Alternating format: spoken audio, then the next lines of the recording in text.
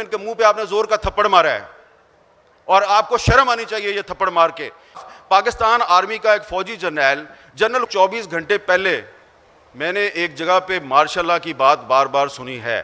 آپ کو اس میں کوئی نہ ندامت ہے نہ شرم ہے, بلکہ آپ کہتے ہیں کہ ہمارے ملک میں تو پاکستان کا میڈیا آزاد ہو گیا ہے. یہ پارلیمنٹ کے حالات بھی تبدیل نہیں ہوئے. یہ صرف نوکری نہ کرے, ہاتھ باندھ کے کھڑی ہے اور جی سر کیے جا رہی ہے. ان کے منہ پہ آپ نے زور کا تھپڑ مارا ہے اور آپ کو شرم آنی چاہیے یہ تھپڑ مار کے کہ آپ کہتے ہیں یہ جو شاعر تھا یہ دہشت گرد تھا. دہشت گرد وہ ہے جو پاکستان کا آئین توڑتا ہے. ان کے منہ پہ زور کا تھپڑ پڑا ہے یہ سارے جو وزیر ہیں نا ہمارے اس حکومت کے. السلام علیکم ناظرین کرام, آپ کو مکمل ویڈیو دکھاتے ہیں. احمد میر نے حال میں کھڑے ہو کر آج حدیں پار کر دی. احمد میر نے واضح الفاظ میں ملک کی اسٹیبلشمنٹ اور اس حکومت کا تیا پانچا کر کے رکھ دیا. احمد میر نے کہا کہ ملک کے اندر اس وقت سینسرشپ ہے, پورے ملک میں صحافیوں کو بولنے نہیں دیا جا رہا, ان کی زبانوں کو بند کرنے کی کوشش کی جا رہی ہے, جو اپنی مرضی سے بات کرتا ہے اسے اٹھا لیا جاتا ہے. انتہائی سخت تقریر, آپ ویڈیو دیکھیے پھر اس پر بات کرتے ہیں. یہ پارلیمنٹ کے حالات بھی تبدیل نہیں ہوئے. یہ دیکھیں, یہ کامران مرتضیٰ صاحب یہ سینٹ کے ممبر ہیں, یہ سپریم کورٹ بار ایسوسی ایشن کے سابق صدر ہیں. انہوں نے اور اعظم نذیر تارڑ صاحب نے مل کر ایک کوشش کی اور پارلیمنٹ کی جو کمیٹی ہے فار انفورسڈ ڈسپیرینسز, جو لاپتہ افراد پہ کمیٹی ہے, اس کے مذاکرات کروائے جنہوں نے کوئٹہ میں دھرنا دیا ہوا تھا, اور وہ دھرنا ختم کرایا. اور ان بیچاروں نے صرف ان کو 50 لوگوں کی ایک لسٹ دی کہ ان لوگوں کو آپ رہا بھی نہ کریں, ان کو عدالت میں بھی پیش نہ کریں, بس صرف یہ وعدہ کر لیں کہ ان کو آپ نے فیک انکاؤنٹر میں مارنا نہیں ہے. تو انہوں نے وہ لسٹ ان سے لی اور ان مظلوم لوگوں نے اپنا دھرنا کوئٹہ میں ختم کر دیا. اس کے بعد آپ جانتے ہیں کیا ہوا؟ ان کے منہ پہ زور کا تھپڑ پڑا ہے یہ سارے جو وزیر ہیں نا ہمارے اس حکومت کے. اس لسٹ میں جو ایک معصوم سا شاعر تھا, ایک پوئٹ, اس کو نکال کر مار کے اس کی لاش پھینک دی. یہ انہوں نے, وہ کہتے ہیں جی ہم نے دہشت گرد مارا. آپ نے دہشت گرد نہیں مارا, آپ نے اعظم نذیر تارڑ اور رانا ثناءاللہ اور ان سب لوگ جو پارلیمانی کمیٹی میں, ان کے منہ پہ آپ نے زور کا تھپڑ مارا ہے اور آپ کو شرم آنی چاہیے یہ تھپڑ مار کے کہ آپ کہتے ہیں یہ جو شاعر تھا یہ دہشت گرد تھا. دہشت گرد وہ ہے جو پاکستان کا آئین توڑتا ہے. چلے مان لیا کہ وہ دہشت گرد تھا, تو پھر آپ میں اور دہشت گرد میں فرق کیا ہے؟ دہشت گرد بھی پاکستان کا قانون توڑتا ہے, آپ بھی پاکستان کا قانون توڑتے ہیں. یہ بات ہم پاکستان کے میڈیا پہ نہیں کہہ سکتے. جب یہ بات منظور پشتین کہتا ہے تو کہتے ہیں یہ بھی دہشت گرد ہے. تو اگر یہ دہشت گرد ہے تو پھر آپ اور میں, ہم سارے دہشت گرد ہیں. وہ پالیسیاں جن کی وجہ سے پاکستان کا میڈیا جو ہے وہ ورلڈ پریس فریڈم انڈیکس پہ مسلسل نیچے آ رہا تھا, آپ ان پالیسیوں کو ختم کریں. یہ مطالبہ ہم اس لیے کر رہے ہیں کہ آپ ان پالیسیوں کو آگے بڑھا رہے ہیں اور آپ کو اس میں کوئی نہ ندامت ہے نہ شرم ہے, بلکہ آپ کہتے ہیں کہ ہمارے ملک میں تو پاکستان کا میڈیا آزاد ہو گیا ہے. عمران خان کے دور میں میڈیا آزاد نہیں تھا. ایک اور بات میں آپ کو کہنا چاہتا ہوں کہ یہ جو سلیم صافی اور غریدہ فاروقی کے بارے میں بات کی جاتی ہے, یا اور جو ہمارے صحافی ہیں ان کے بارے میں بات کی جاتی ہے نا, تو یہ صرف غیر ریاستی عناصر بات نہیں کرتے.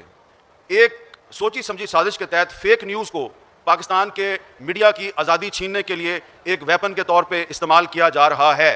Some state institutions are using fake news to subvert the media freedom in Pakistan. جس طرح عمران خان صاحب کہتے ہیں نا کہ وہ فلاں بندہ جو ہے وہ پیسے لے کے فلاں ٹی وی چینل نے میرے خلاف سازش کی, اسی طرح کچھ ریاستی اداروں کے لوگ جو ہیں وہ بھی یہی بات کرتے ہیں. وہ کہتے ہیں جی آپ سارے ٹیکس چور ہیں, تو اگر ہم سارے ٹیکس چور ہیں تو ٹیکس چوری میں ہمیں اندر کر دو بھائی, کیوں نہیں کرتے آپ اندر؟ تو اس لیے میں یہ کہنا چاہوں گا کہ اگر کوئی یہ سمجھتا ہے کہ پاکستان کے حالات بہتر ہو رہے ہیں وہ ایم کو کی جنت میں رہتا ہے. بلکہ میں آج آپ کو ایک اور بات کہنا چاہتا ہوں, بڑی ذمہ داری کے ساتھ بات کر رہا ہوں, کہ اگر کوئی یہ سمجھتا ہے کہ پاکستان کے حالات جو ہیں وہ بہتری کی طرف جا رہے ہیں اور اب دنیا جو ہے اس کے حالات بھی بدل گئے ہیں اور اب تو پاکستان میں مارشاء اللہ نہیں لگ سکتا. بھائی ابھی 24 گھنٹے پہلے میں نے ایک جگہ پہ مارشاء اللہ کی بات بار بار سنی ہے, صرف 24 گھنٹے پہلے. اور اگر میں سمجھتا ہوں کہ اگر آپ نے پاکستان میں دوبارہ ایسے حالات پیدا کیے سیاسی جماعتوں نے یا کسی اور نے, اور مارشاء اللہ لگ گیا, تو اس سے پاکستان کو نقصان ہوگا. مارشاء اللہ نے ہمیشہ پاکستان کو نقصان پہنچایا ہے. پاکستان جب ٹوٹا تو مارشاء اللہ تھا. آپ کہتے ہیں کہ جو ایسٹ پاکستان میں آپ کی ڈیفیٹ تھی ملٹری ڈیفیٹ نہیں تھی, پولیٹیکل ڈیفیٹ تھی. چلے مان لیتے ہیں پولیٹیکل ڈیفیٹ تھی. پولیٹیکل ڈیفیٹ اس لیے تھی کہ شیخ مجیب الرحمان کے خلاف پاکستان آرمی کا ایک فوجی جنرل غلام عمر جو ہے اس نے ایک سیل بنایا ہوا تھا اور وہ شیخ مجیب الرحمان کے سیاسی مخالفین میں پیسے بانٹتا تھا. جیسے بعد میں 88 میں بھی IGI بنائی گئی اور پیسے بانٹے گئے, اور اس کے بعد بھی پیسے بانٹے گئے. تو 1970 کے الیکشن میں یہ کام شروع ہوا. پولیٹیکل انٹرونشن، اور ابھی تک یہ سلسلہ چل رہا ہے. تو شکر ہے کہ 1970 میں پاکستان کا میڈیا آزاد نہیں تھا، ورنہ آج آپ نے کہنا تھا کہ وہ پاکستان جو ہے وہ انڈیا نے نہیں توڑا تھا، وہ پاکستان کے میڈیا نے توڑ دیا تھا. آپ نے یہ کہنا تھا. وہ حکمران جو دعویٰ کرتے ہیں کہ وہ عمران خان کے دور میں میڈیا پر بڑی پابندی تھی، عمران خان کے دور میں پاکستان جو ہے اس کو بڑے مسائل کا سامنا تھا، اب تو میڈیا آزاد ہو گیا ہے. تو بتائیں کہ منظور پشتین جو ہے وہ میرے پروگرام میں کیوں نہیں آ سکتا؟ میں نے کئی دفعہ کہا کہ میں اس کو بلانا چاہتا ہوں، نہیں بلاتے. اس طرح اور بھی کچھ لوگ ہیں. پاکستان جو ہے وہ ورلڈ پریس فریڈم انڈیکس پہ 18 پوائنٹ نیچے آیا ہے. آپ دیکھیں کتنا نیچے آیا پاکستان، 18 پوائنٹ نیچے آیا. لیکن یہ تو بتائے نا کہ منظور پشتین کیوں نہیں ٹی وی چینل پہ آ سکتا؟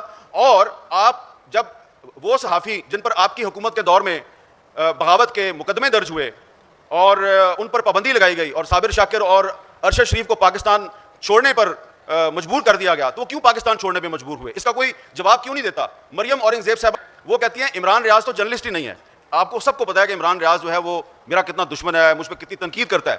لیکن میں یہ نہیں کہوں گا کہ مریم اورنگزیب اس کو اگر کہہ رہی ہیں کہ وہ جرنلسٹ نہیں ہے تو وہ صحیح کہہ رہی ہیں. یہ بات بالکل غلط ہے، کیونکہ جرنلسٹ جو ہے اس کا کوئی بھی ویو ہو سکتا ہے. لیکن چلیں آپ کہتی ہیں وہ پولیٹیکل ورکر ہے، تو پولیٹیکل ورکر پر بھی پابندی لگانا یہ کہاں کی جمہوریت ہے؟ یہ کہاں کی آزادی صحافت ہے؟ تو لہٰذا اس وقت پاکستان میں صرف حکومت تبدیل ہوئی ہے، حالات تبدیل نہیں ہوئے. پاکستان کا میڈیا عمران خان کے دور میں بھی غیر اعلانیہ سینسرشپ کا شکار تھا، پاکستان کا میڈیا شہباز شریف کے دور میں بھی غیر اعلانیہ سینسرشپ کا شکار ہے، اور اس پر آپ سب کو آواز بلند کرنی چاہیے. کیونکہ میں بار بار کہہ رہا ہوں صرف حکومت تبدیل ہوئی ہے، میڈیا کے حالات تبدیل نہیں ہوئے. کہ اس وقت پاکستان میں کچھ ڈریکونین لا ہیں. Unfortunately, these draconian laws were not imposed on us by any military dictator. These draconian laws were imposed on us by democratic governments. جیسا کہ 2016 میں جو مسلم لیگ نون کی حکومت تھی اس نے پیکا کا قانون ہم پہ امپوز کیا، اور وہ پیکا کا قانون آج ان پہ استعمال کیا جا رہا ہے. اسی طرح یہ جو پچھلی عمران خان کی حکومت تھی اس نے پیکا آرڈیننس جاری کیا، اور آج جب ایف آئی اے کسی صحافی کو اور سیاستدان کو گرفتار کرتی ہے تو اس پہ وہی پیکا قانون کی سیکشن 20 لگاتی ہے. تو یہ سارے قانون جو یہ ختم ہونی چاہیے، ان کے خلاف یہاں پہ ایک قرارداد منظور ہونی چاہیے، اور اس قرارداد میں یہ مطالبہ کیا جانا چاہیے کہ جو پاکستان کی الیکٹڈ پارلیمنٹ ہے، یہ پارلیمنٹ پاکستان کے آئین اور قانون کے تحفظ کے لیے کوئی کردار ادا کرے، صرف نوکری نہ کرے، ہاتھ باندھ کے کھڑی ہے اور جی سر کیے جا رہی ہے. اور جوڈیشری بھی جو ہے اس کو بھی کھڑا ہونے کی ضرورت ہے. اتنی ڈیوائیڈڈ جوڈیشری پاکستان کی ہسٹری میں ہم نے کبھی نہیں دیکھی. تو جب پارلیمنٹ مضبوط نہیں ہوگی، جوڈیشری ڈیوائیڈڈ ہوگی، تو میڈیا کی فریڈم کو تحفظ کہاں سے ملے گا؟ تو اس تحفظ کے لیے آپ سب کو، ہم سب کو مل کے اکٹھے ایک جدوجہد کرنی ہے. ناظرین کرام، آپ نے ویڈیو دیکھی. احمد میر نے آج حدیں پار کر دی. عمران خان کا نام کوئی 50 مرتبہ سے زیادہ لیا، پورا ایوان حیران رہ گیا. ناظرین کرام، احمد میر نے کہا کہ اس وقت تک یہ ملک آگے نہیں بڑھ سکتا جب تک اس ملک میں صحیح معنوں میں میڈیا کی آزادی نہیں ہوتی، اور میڈیا کے جو لوگ ہیں ان کو آزادی سے بولنے نہیں دیا جاتا. کوئی بھی بندہ ہے اگر وہ کوئی بات کرتا ہے تو وہ اس کا ذاتی موقف ہو سکتا ہے.